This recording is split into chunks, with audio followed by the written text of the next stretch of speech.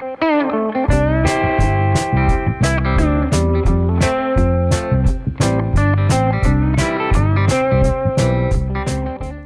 guys, Alec, Peirce at the ranch once again. Here we are back in the fall of 2020. It's been quite a year. Won't take me long to forget this year. Anyway, here we are back at the ranch now. Kevin and I are going to do a series called The Gadget Guy at the Ranch. Nah, I'm just kidding. But you know I love gadgets and good, simple ideas, and I see them all the time. I mean, there's daily, we're bombarded with ideas. Buy this, buy this, buy that. You have to be a little bit careful. But every once in a while something comes along that I think is worthwhile. And sometimes I'm slow to catch on. That's not true. I'm not slow to catch on, but I'm slow to jump in. So this particular type of light, you've seen them.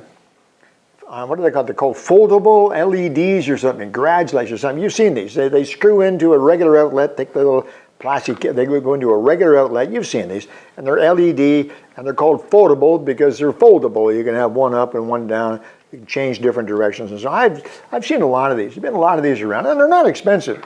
They were expensive, $50, $60 each. Now they're down to the $15 to $30 range each, and it's pretty reasonable. But I'd never tried one. So the other day, there's a special sale on somewhere, I forget where it was exactly. I think there was a box of 2 for $29 or something. What the hell, $29, I won't drink for a week. And so I got them. Now we have a shed, a drive-in shed. A drive-in shed on a ranch, as you ranchers will know, is exactly what the term implies. It's a place where you drive in stuff. So the drive-in shed will keep the tractor and the implements, will keep the travel trailer, will keep the snowmobile, the ATV, the UTV, the lawnmower, anything that has wheels and a motor goes into the drive-in shed, and it closes. It's a big drive-in shed, gravel floor. It's just a steel shed, steel roof, steel sides. It's dark inside. Now the drive-in shed is the same size as the house, over 60 feet long, over 30 feet wide. So it's a big building, and it's a high ceiling. And we have 300-watt light bulbs in that building. And it lights it up well enough that if you walk in there, you're not going to trip and fall over stuff. But if you need to check the oil in the tractor or the lawnmower, it ain't going to happen. You got to come outside or take a flashlight. Point being, it's a big shed. It's dark inside. Everything in there is dark, black, dark brown, gravel floor, and so on. And even with 3 200-watt light bulbs, it simply is not bright in there. So I thought, well, that's a perfect place to try one of these garage lights. I'm going to make this garage light into a drive-in shed light.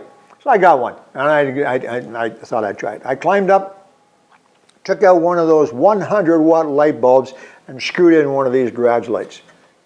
Unbelievable. Almost knocked me off the ladder. Well, no, not really. But it was really incredible. So I went and got Diana quick, and I said, hey, come and see this. And I brought her in, and the lights off, closed the door, lights off. I'm not exactly sure what she was thinking I was going to do, but anyway, it was all dark in there. And then watch this. Flick the same thing. She was amazed too. You could barely see the light from the other 200-watt light bulbs. 100-watt light bulbs. They're a big light bulb. A lot of heat, a lot of electricity. And so anyway, the point is I was impressed.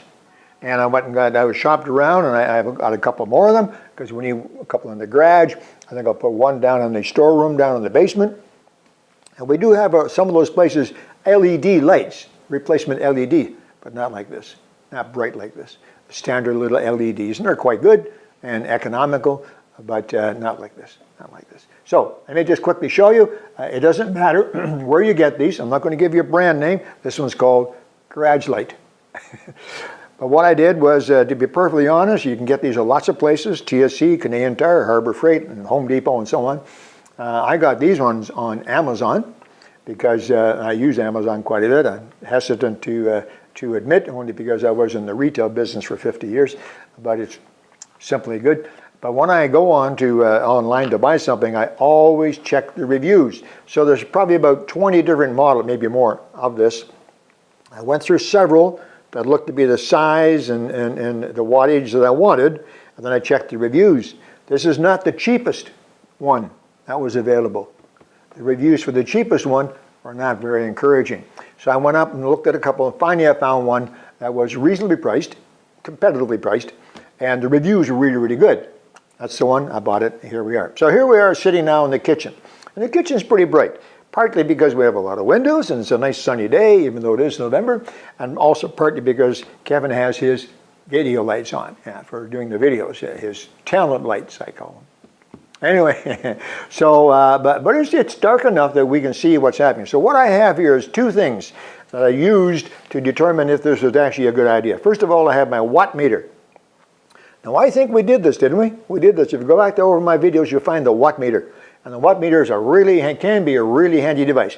You stick it into the wall, and you stick an appliance into this, turn on the appliance, and it tells you the voltage, and it tells you the watts that is using. So you can check to see how many watts various devices around your house are using. And hopefully that'll help you to get rid of some of them, replace some of them, and get your hydro bill down. Also, if you have that ability, you can actually punch into this the price that you pay for electricity. I think we're $7 per kilowatt hour, something like that. You can punch it in and see how much that device is costing you too. I don't do that. Usually, if I know how many watts it is, I know that's all I need to know. So I use this. And I use this watt meter, my watt meter, to measure the consumption for this light. Now this is a 50 watt projector, pointy one, not the flood, the other one. Spotlight. Thank you, Gavin. Spotlight. You see, it's quite intense in there. And I've shone it on this wall back behind me there, and you can see the effect. It certainly lights it up. I mean, you'd have no trouble checking the oil level on a dipstick using that light. And that particular light says it's a 50 watt. It actually draws 46 watts. Okay, pretty straightforward. Now I'm going to shut this off, okay, and replace it with this.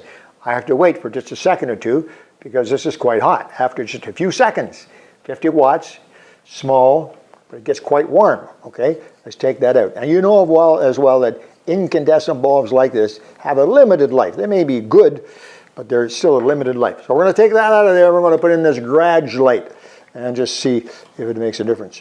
It will. I wouldn't be doing this if it didn't. And I get that, there we go, starting to thread in. It goes into a standard socket. You can put it into a standard socket like this on the extension cord, or you can put it into a socket on in the ceiling, whatever. You ready? Here we go.